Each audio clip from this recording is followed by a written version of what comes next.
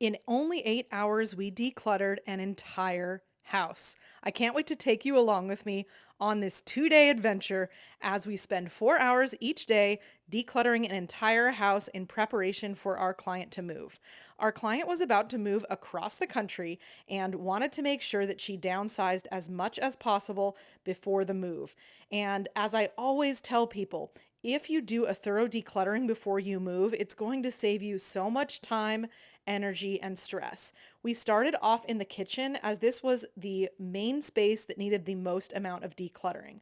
Our client was incredibly decisive, and whenever we work with somebody who's really, really decisive, it makes the process so much faster. It's really quite rare that we would be able to declutter an entire house, and this was about 3,000 square feet in only 8 hours. Typically, it takes us 4 to 6 hours to just do an individual room.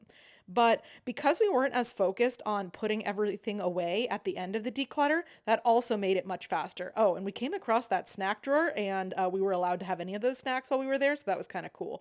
I also wanted to point out this part of the video where we were decluttering this get ready drawer and the one next to it, which is why you were seeing like underwear and socks for her kids in the drawers there. That's where they happen to get ready in the morning.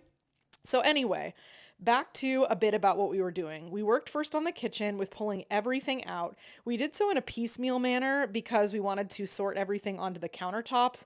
And so, as we got through different parts of the kitchen, we started to pull out more. We found her dog's clothes, and so we did a little bit of a showcase of one of the outfits, and her dog wore the sweater the rest of the day. It was so, so cute.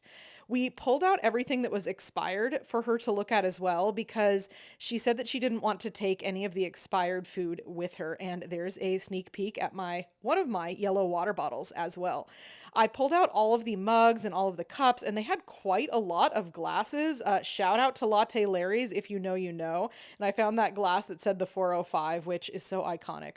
Pour one out for the homies. In this case, it was the expired soy sauce that wasn't going to be moved across the country. And yes, the kitchen smelled like soy sauce for quite a while after we were instructed to pour it out. For any of those of you who are asking, like, why did we do that? Why did we, quote, waste it? Yes, it was expired. And yes, our client had asked us to toss it. So that's what we did. We always respect the wishes of our clients. We may make really strong suggestions one way or another when it comes to decluttering, but ultimately we always respect what their choices are. And that's something that you don't get a lot of a picture of with these videos that I make because we don't typically film or record, any of the audio from our clients. I just have to tell you a bit afterwards. We found this grilled Cheesis, as it was called. I had never seen one of those before, but it was pretty amusing, and shout out to the yellow tea kettle as well. As we moved away from the kitchen, we headed over towards the pantry, and Anne went through all of the food once again, looking for expiration dates, as our client had asked us to toss any of the expired food. For those of you who don't know, you can't donate expired food to a food pantry, otherwise, we would do so. While Anne worked on that, I headed over to one of the hallway closets and pulled out all of the coats. There were also quite a lot of shoes, handbags, and socks in that closet for our client to go through. I did a sorting of every pair of socks, and the client had asked me to remove and toss any socks that didn't have a mate. After that, this was towards the end of the first day, Anne and I worked on just doing some rearranging of the items in the garage so that they were all together categorically. This was really to set ourselves up for success for day 2 of the project. It's amazing how much we did in 4 hours. I'm so proud. Now, what we finished with doing was just to do a light organization of the shelves. Again, all of this stuff was about to be packed up, so we didn't need to spend too much time making it really, really beautiful, but we did still want it to be functional. Anne found this frozen wand that was playing music and it had bubbles. Side note, I am such a sucker for bubbles. I love the simple things in life. That was so much fun. And we created a sports section for them as well, just so that they could see all of their sporting goods together. And here's a look at all of the trash and donations from the 4 hours we worked on day 1. I was so proud of that. Can you believe how much left in such a short amount of time? All right, we're back on day 2, and this time Marissa came back with me to the client's house. We did a quick look at one of the guest bathrooms in the home that the client had already largely gone through, but we then moved on to a playroom in the house and did a thorough decluttering of that room. A lot of those toys ended up being donated, which was absolutely wonderful for us. We were also really trying to prepare the home so that it could be ready for a showing. They were going to be having a showing pretty soon of their house, and so we wanted to make this room in particular look more presentable for the showing of their house. So we're having a conversation here about how we can reposition the room, how we can stage it a bit better. Oh, I found this dog puppet. How cute was that? I just had to put it on.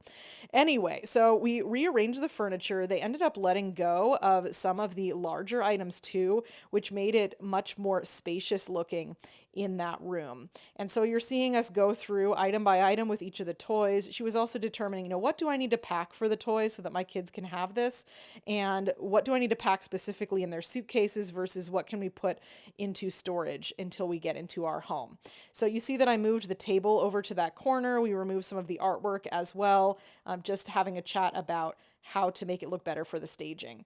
Here we're having a conversation about the main entryway. It was absolutely beautiful. I mean, look at that entryway lighting coming in. We went through all of the pairs of shoes near their entrance and found that a lot of them, their daughters had outgrown, so that those would be donated. And what we ultimately did was just to put back for the time being, because they still were going to live there for a little while, the remainder of the shoes. After we did that, we headed upstairs to their daughter's shared bedroom. This room was already largely decluttered. There was not a lot of stuff. And overall, this client was on the more minimal side than a lot of the people that we end up working with. Even though the client had said that she had decluttered her clothes recently, it was amazing how many bags of clothes she ended up donating just because we were there. It never ceases to amaze me when you have the help of someone there with you, how much change is truly, truly possible. And here I had stepped out to do some work in the garage while they were working in the closet. Specifically, I needed to rearrange some of the items that were going to be ready for donation.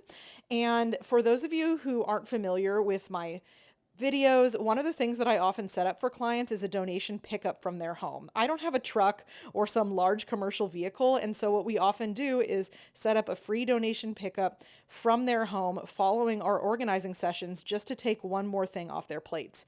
And here is a look at what you can see at what we had accomplished so far since the first day. As they kept going through the closet, I took note of the fact that there were already 4 full garbage bags. And yes, we found this shirt, so I had to take a little video of it. There were so many gems in this house. It was really funny for me to get to see so many cool and interesting things.